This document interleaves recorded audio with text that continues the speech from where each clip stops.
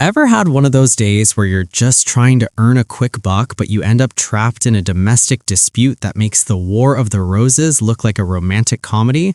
Meet Buddy. His Tuesday was definitely worse than yours. Our story kicks off with Fancy Franklin. She's at the door greeting two Girl Scouts, and instead of just buying the Thin Mints like a normal human, she starts caressing one of the girls' faces and telling her how beautiful she is.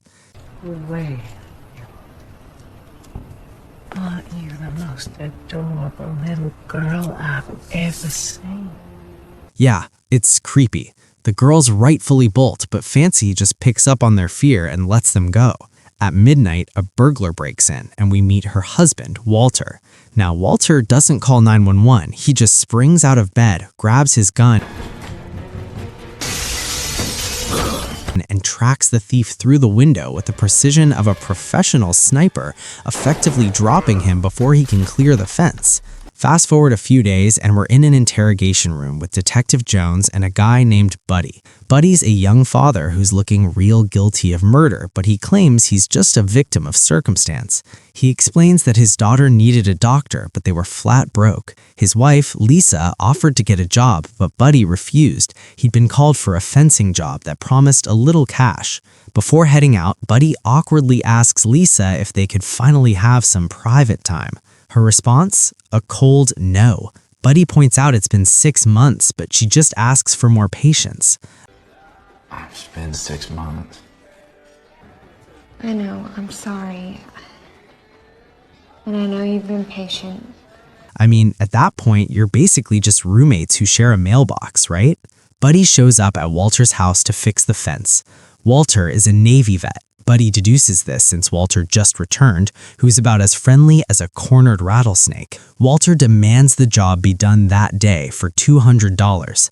Buddy tries to make a joke about Marine stereotypes, and Walter responds by threatening to kill him before claiming he was just joking. What do they call you Marines again? You call me a jarhead. You watch what happens.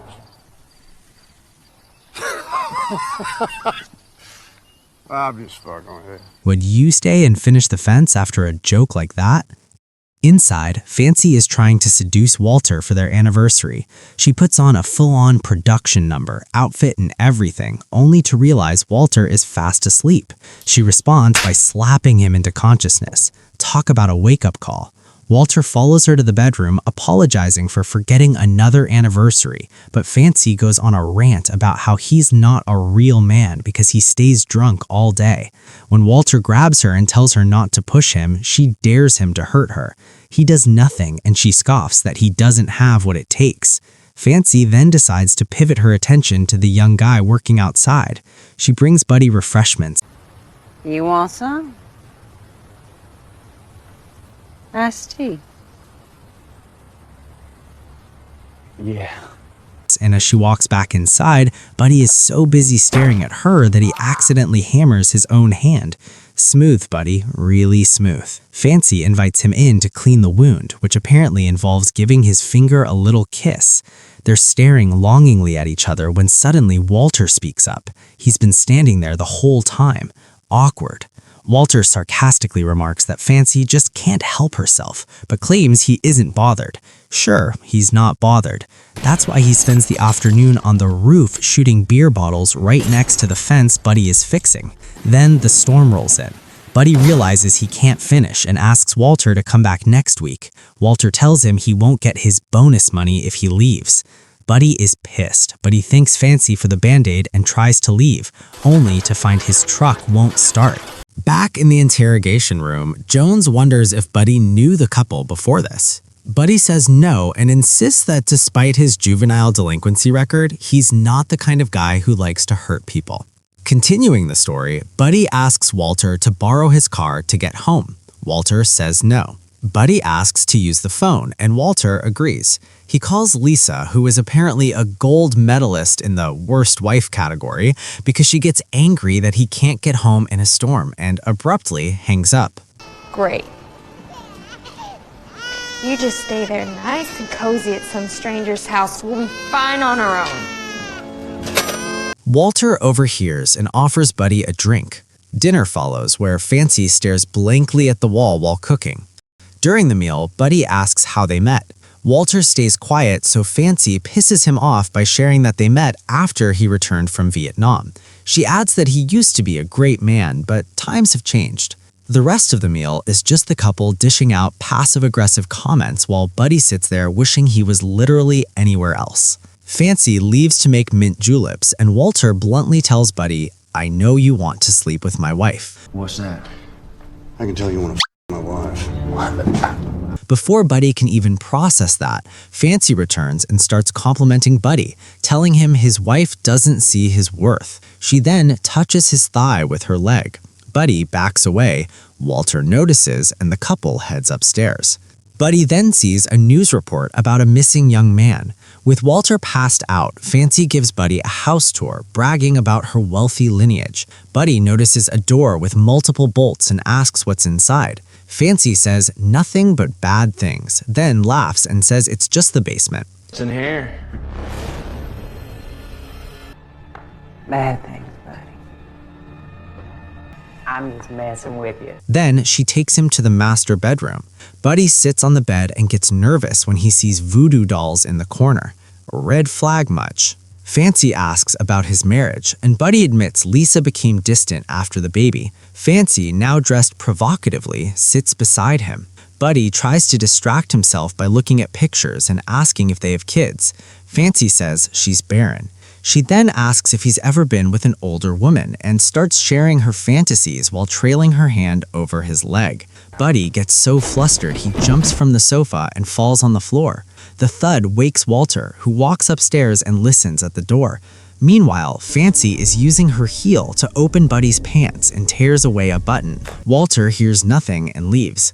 Buddy, terrified, decides to sleep in the living room. He wakes up to see Walter sitting there with a gun. Walter invites Buddy to the attic for a chat.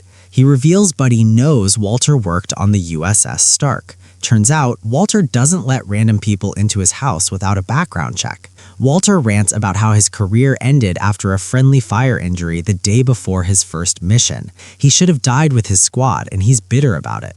Buddy tries to act cool and shares a story about a bomber dropping missiles that killed 36 of his friends. Walter decides they're destined and tosses Buddy a bag with $20,000. The catch? Kill Fancy. This is what I'm going to pay you to kill my wife. Walter claims she has terminal cancer and he'd rather have her killed than watch her suffer. She was diagnosed with terminal blood cancer. He gives Buddy cyanide and tells him to suffocate her. Buddy, thinking about his sick daughter, agrees. He finds Fancy in the bath where they swap childhood trauma stories. Buddy's mom died in a boating accident and his dad drank himself into a coma. Fancy says there's not enough whiskey in the world to relieve her sadness. Then they kiss. In the interrogation room, Jones questions Buddy's morals. Buddy defends himself, saying it had been so long since he was with his wife and he pitied Fancy. He admits he was just trying to survive by pitting them against each other. Back to the house. After they make love, Fancy finds the cyanide. Buddy rats Walter out immediately. Fancy's response? "I'm not sick." Thank you for telling me. She walks out, pretends to make peace with Walter while he's boarding up a window, and then stabs him in the hand. Walter screams, knocks her out, and blames Buddy for making him hit a woman because Buddy didn't finish the job. He orders Buddy to finish her at gunpoint. A gust of wind breaks the window, Buddy fights back, chokes Walter out, and ties him to the stairs. Buddy wants the keys and his $200 for the fence. Walter laughs and dares Fancy to tell Buddy the truth. Fancy tries to seduce him again, but Buddy remains firm. He just wants his money. Walter tells him to kill him now, or he'll go after Buddy's family. Then, Walter laughs and tells him to check the basement. Buddy takes the keys, but Fancy starts shooting at him, forcing him into a storage room.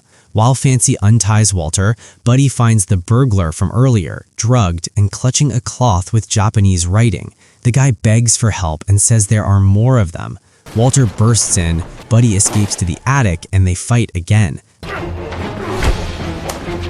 This time, a piece of glass from a broken window buries itself in Walter's back. Buddy kicks him down the stairs, but before he can escape, Fancy knocks him out. Buddy wakes up the next morning in his truck, parked in the road, with the dead burglar sitting next to him. He's arrested for the burglar's murder. At the station, Buddy tells Jones about the basement and the Japanese writing. Jones thinks he's lying until Detective Newton mentions a missing lady who was last seen wearing a silk dress with the same writing. The police raid the Franklin house. Walter acts calm, but the cops head for the basement. Officer Garrett discovers someone behind a locked door. In the living room, the couple panics. Walter berates Fancy for dragging him into her plot, saying he just wanted to expand the family but won't go to jail for it. He beats up Officer Garrett and runs outside. Newton finds the missing woman. Fancy is caught screaming for her husband as he drives off. Buddy is released, but he returns home to find Lisa leaving him for good. Come on now, let's talk about this. Don't call me. 12 days later, Walter shows up at a diner and takes Lisa hostage. He's in his Marine uniform and forces Buddy to reveal his secrets. Something on that ship, wasn't it? Buddy admits he never helped his friend on the ship. He let him die. Walter calls him a coward. You actually got tested and proved to yourself that you're a coward. As sirens close in, Walter releases Lisa and holds Buddy hostage. He demands Fancy be released from the mental facility. Where's my baby girl? Where's Fancy? I want her released. But then announces his rank and pulls his guns. The police shower him with bullets, killing him. Buddy gets shot in the shoulder, but at the hospital, Lisa says they can fix their marriage one step at a time. The news later reveals the horrifying truth. The Franklins were abducting people and forcing them to bear children to fulfill Fancy's twisted dream of being a mother. So, what do you think? Was Buddy just a pawn, or did he deserve a bit of the chaos for agreeing to a hit for $20K? Let me know in the comments and follow for more stories where the home sweet home sign is a total lie.